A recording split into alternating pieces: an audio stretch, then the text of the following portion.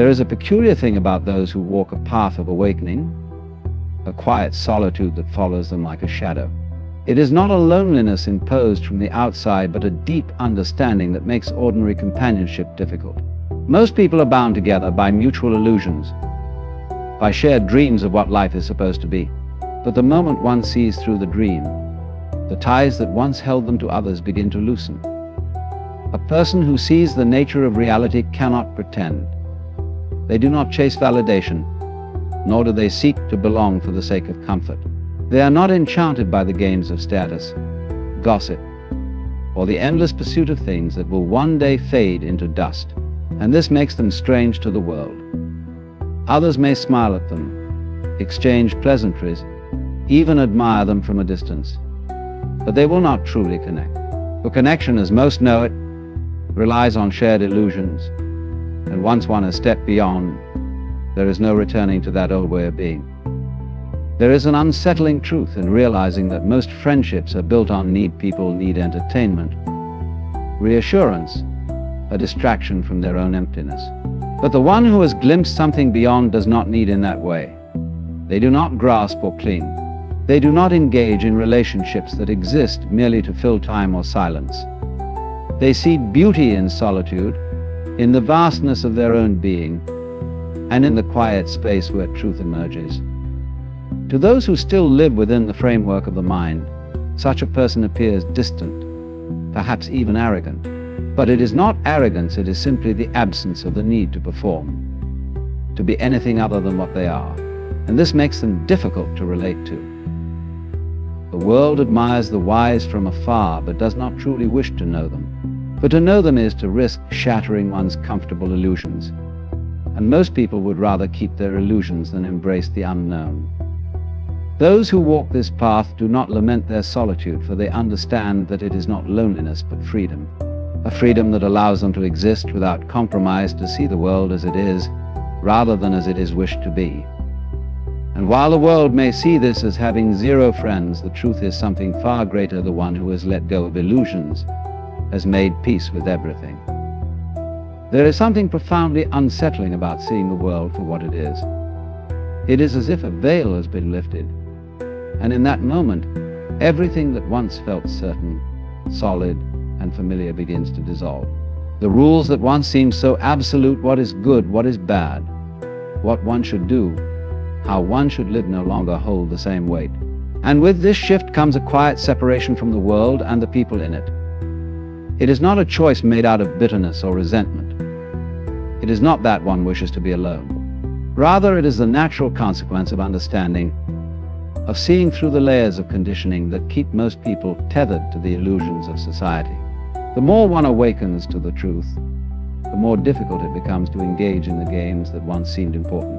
Small talk feels empty. Gossip feels like noise. The constant struggle for validation, success, and approval appears pointless, a fleeting distraction from something deeper. Most people do not seek truth. They seek comfort. They seek familiarity. They seek confirmation that the way they are living is right, that their beliefs are correct, that their choices are justified. But the moment one steps beyond this, they are no longer a participant in the collective dream.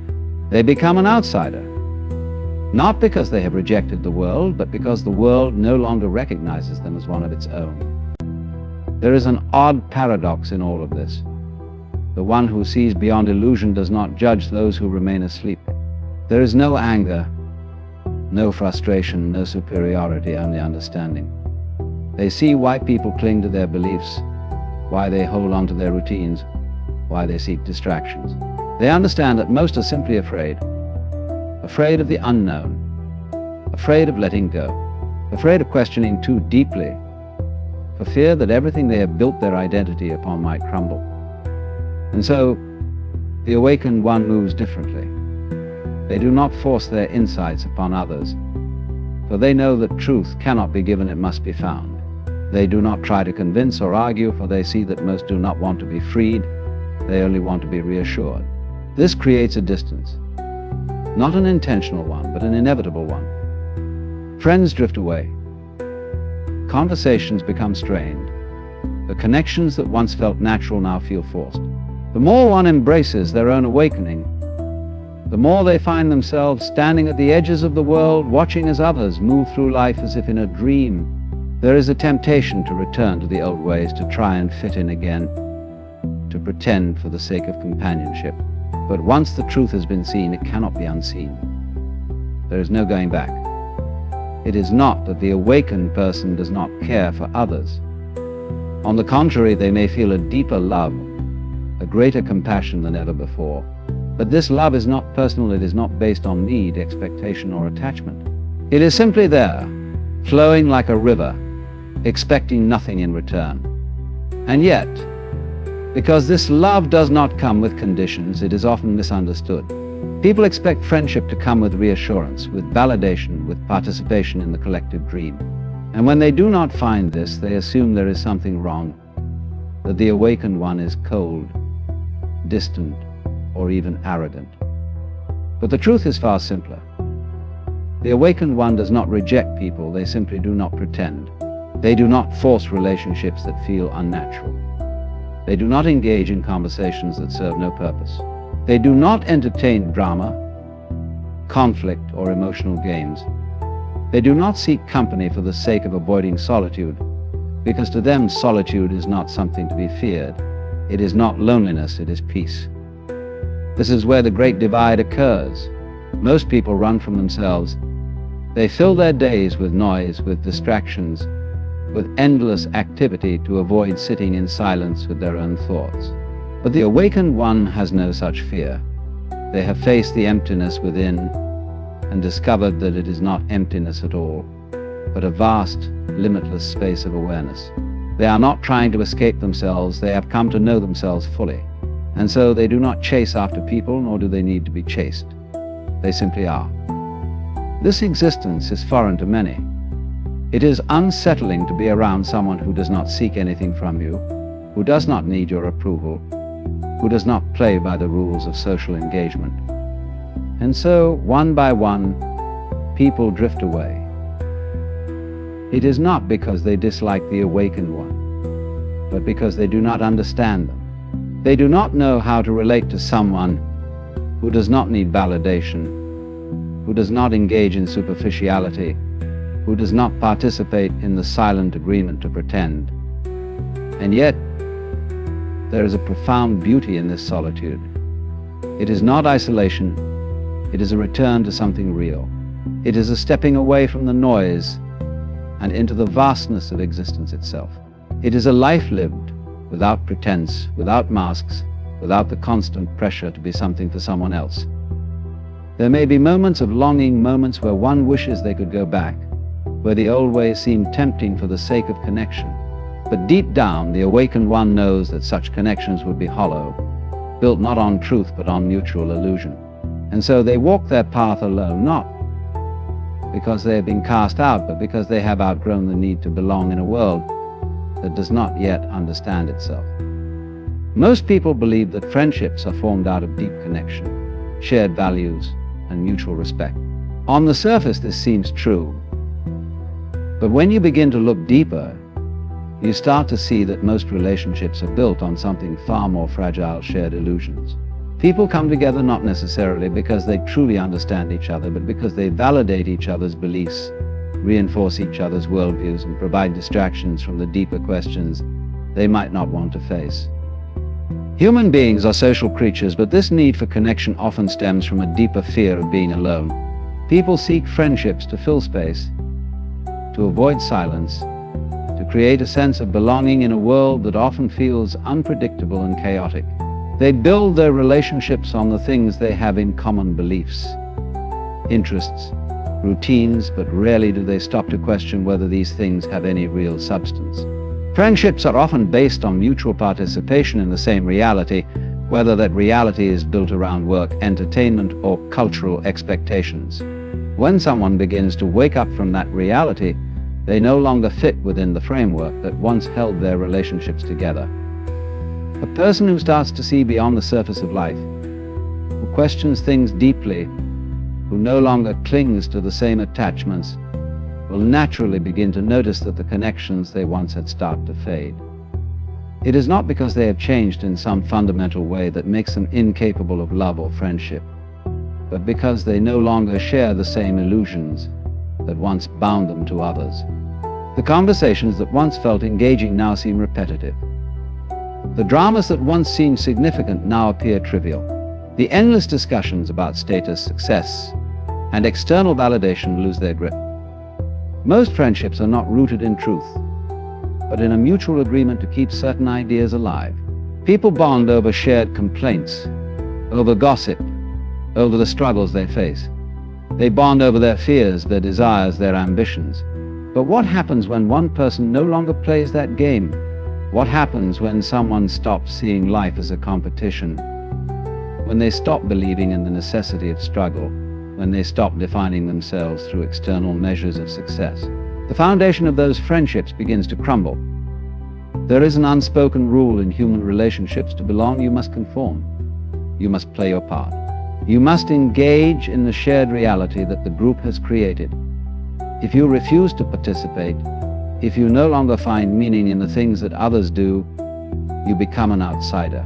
Not because you have rejected them, but because they no longer know how to relate to you. A person who begins to wake up often finds that they can no longer engage in the same conversations without feeling disconnected. They see that many discussions are simply ways to avoid deeper truths. People talking just to fill silence. People gossiping to avoid looking at their own lives. People complaining about the world without ever questioning their own role in it. And when they stop participating in these patterns, they find themselves alone. This solitude is not necessarily a painful thing. At first it may feel unsettling, because the loss of companionship can feel like a kind of rejection. But over time, it becomes clear that this is not rejection at all. It is simply the natural effect of moving beyond the illusions that once created those connections. Most people want to be heard, but very few want to listen. Most people want support, but very few want to be challenged. They want to be surrounded by those who make them feel comfortable, not those who force them to question themselves. And so, when a person begins to see through the layers of illusion that make up the social world, they stop providing the comfort that others seek. They become something else entirely, not an enemy, not a friend, but something unsettling, something that does not fit into the established roles. This is why those who awaken often find that they have fewer and fewer friends. It is not because they do not love, or because they do not care. It is because they do not pretend. They do not engage in relationships that exist merely to reinforce illusions. They do not provide the false sense of security that many people crave. Instead, they exist in a space of truth, and truth is something that many people find difficult to face. This is not to say that all relationships are meaningless, or that all human connection is based on illusion. There are rare friendships, rare bonds that transcend the usual dynamics of social interaction. These are the relationships built on something deeper than shared beliefs or common interests. They are built on mutual recognition, on a profound understanding that goes beyond words. But these kinds of relationships are rare, and they cannot be forced. They emerge only when both individuals have reached a level of awareness where they no longer need anything from each other, where they are simply present with one another without expectation or illusion. For most, however, friendships serve as a way to maintain the status quo. They are built on convenience, on shared distractions, on the silent agreement to keep reality at bay. When one person in the friendship begins to see beyond this, the relationship inevitably begins to dissolve. Not because there is conflict, but because there is no longer anything holding it together. This is why the chosen ones often walk alone. They do not cling to relationships for the sake of having them. They do not force conversations that feel empty. They do not participate in the endless cycle of validation and reassurance that most friendships require. Instead, they accept solitude, not as a burden, but as a natural state of being. They understand that true connection is rare, and that most relationships are temporary, existing only for as long as both individuals remain in the same illusion. And so the awakened one moves through the world without attachment. They do not mourn the friendships that have faded, for they see that those relationships were never truly about connection, but about shared perception. They do not chase after companionship, for they know that what is real will always find its way to them in its own time. They do not seek to fit in, for they have realized that there is nothing to fit into. There is a peace in this understanding, a deep sense of freedom. While others may see their solitude as loneliness, the awakened one knows better. They see that most people are never truly alone, yet they feel more lost than ever. They fill their lives with people, with conversations, with endless social interactions, yet they still feel empty inside. But the one who has let go of illusion does not need to fill this space with others. They have come to know themselves, and in doing so, they have found the only companionship that truly matters. Human relationships are built on a delicate balance of shared experiences, mutual understanding, and a subconscious need for validation. Most people seek companionship not only for the joy of connection, but also for the comfort of reinforcement. They want to be surrounded by those who affirm their beliefs, validate their emotions, and provide a sense of belonging in a vast, uncertain world. This is why social circles often consist of individuals who think alike, act alike, and live within the same set of mental constructs. When someone begins to walk a path that diverges from the conventional, when they start questioning the norms, when they stop engaging in the social rituals that once made them feel included, they disrupt this balance. They become different, not in the external sense of appearance or lifestyle, but in their very way of being. Their presence alone becomes a silent challenge to those around them, and this is often enough to push people away. People are drawn to what is familiar, to what reassures them that they are on the right path. When someone steps outside of that familiar framework, they become an anomaly, something that cannot easily be categorized or understood. This makes them unsettling, not because they intend to be, but because they no longer fit into the structure that others have unconsciously agreed to uphold. In social dynamics, there is often an unspoken contract. We will support each other's views, we will reinforce each other's narratives, and we will engage in the same emotional patterns. But when one person stops participating in this exchange, they disrupt the flow. They no longer play along with the expectations. They no longer react in the same way. They no longer seek validation from the same sources. This is deeply unsettling to those who are still caught in the cycle of seeking approval and belonging. When a person starts to detach from the need for validation, they stop playing the game that most people are deeply invested in. They no longer need to be right in an argument. They no longer feel the urge to prove themselves. They no longer seek recognition or approval. Their energy shifts from external validation to internal peace. And this shift makes them incompatible with the social dynamics that most people rely on for a sense of self. Validation is the glue that holds many relationships together. People seek friends who make them feel good about themselves, who reaffirm their identities, who provide comfort in times of doubt. When someone no longer engages in this exchange, they are perceived as distant, uninterested, or even cold. But in reality, they are simply no longer feeding the patterns of reassurance that most relationships require. Imagine a scenario where a group of people constantly seek validation from one another, engaging in conversations that revolve around shared struggles, mutual complaints, and collective desires. Now imagine one individual within that group no longer seeks the same validation. They listen, but they do not react in the expected ways. They do not engage in unnecessary drama. They do not offer empty words of encouragement, nor do they echo the same frustrations. They are present, but they do not participate in the emotional exchanges that others depend on. To those still caught in the cycle, this behavior can feel unsettling. They may perceive the individual as distant, disconnected, or even arrogant. They may feel as though they are being judged. Even when no judgment is present, they may feel exposed, as if their own reliance on validation has suddenly been made visible. And so, instead of embracing this presence as an opportunity for growth, they distance themselves.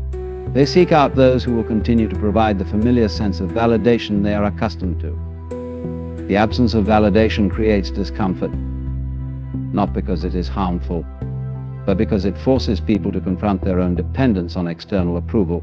It reveals how much of their sense of self has been shaped by the reflections they receive from others. When someone no longer participates in this cycle, it leaves a void that many would rather avoid than explore. This is why those who walk a path of awareness often find themselves alone. It is not because they do not care. It is not because they do not love. It is because they no longer feed the patterns that most relationships are built upon. They no longer offer the same reassurances. They no longer mirror back the identities that others have created for themselves. They exist in a space of neutrality, of quiet understanding, of deep presence. And for many, this is uncomfortable. Most people do not seek truth in their relationships. They seek comfort. They seek familiarity, recognition, and the reinforcement of their existing beliefs. When someone stops providing these things, they are perceived as an outsider, as someone who does not belong. Not because they have done anything wrong, but because they no longer fit within the framework of expectation. This is the paradox of awakening. The more one sees, the less they need. The more one understands, the less they seek validation. And the less they seek validation, the fewer connections they maintain. Not out of bitterness, not out of rejection, but simply because most relationships require a mutual participation in illusion. But for those who have stepped beyond this, solitude is not a punishment. It is not loneliness in the way most people understand it. It is simply a natural consequence of no longer being bound by the need for validation. It is a quiet liberation, a space of inner peace where relationships are no longer based on dependency, but on true recognition. When a person reaches this state, they no longer fear solitude. They do not seek companionship for the sake of filling a void. They do not engage in friendships that require them to be anything other than what they truly are. They move through the world without the need to be seen, without the need to be understood, without the need to be accepted. And in this they find a kind of freedom that most will never experience. The way people interact is largely dictated by the structures they have built around their lives. Society operates on a network of unspoken rules, habits, and expectations that maintain a certain level of predictability. People feel comfortable when they know what to expect from others, when behaviors align with shared norms, and when interactions follow familiar patterns. This creates a sense of security, a feeling that the world is ordered and comprehensible. When someone begins to operate outside of these patterns, they become an anomaly. They disrupt the predictability that most people rely on for social harmony. They no longer react in the expected ways. They no longer engage in the same conversations. And they no longer conform to the silent agreements that hold social circles together. This change, though subtle, is deeply unsettling to those who remain attached to the structures that define their reality. Most relationships are built on a set of mutual reinforcements. People bond over shared beliefs, common struggles, and similar life perspectives. When someone challenges these structures not through direct confrontation, but merely by no longer participating in them, they inadvertently disturb the foundation upon which these relationships are built. Those who once felt understood now feel disconnected, as if the language they have spoken all their lives is suddenly being met with silence. This is not because the individual has become distant or unkind, but because they have stepped outside of the patterns that most people unconsciously operate within. They no longer seek validation through common struggles. They do not reinforce the narratives that others rely on for identity, and they do not engage in emotional exchanges that are based on a need for approval or reassurance. Their presence alone becomes a silent reminder that there is another way to exist, a way that does not depend on external confirmation. For those still attached to social structures, this can feel alienating. It can feel as though they are being left behind, as though the one who has changed is no longer accessible in the same way.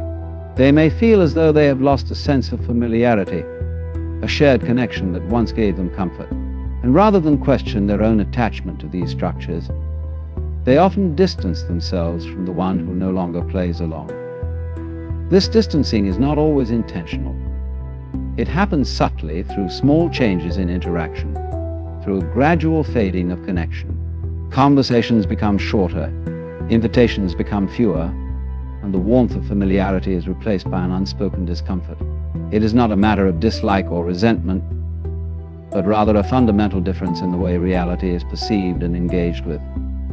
To the one who has stepped outside of these structures, this shift is neither surprising nor painful. They see it for what it is, a natural consequence of no longer fitting into a world that requires constant participation in shared illusions. They do not resist it, nor do they try to force connections that no longer hold meaning. They understand that relationships built on mutual reinforcement cannot survive when one person no longer needs that reinforcement.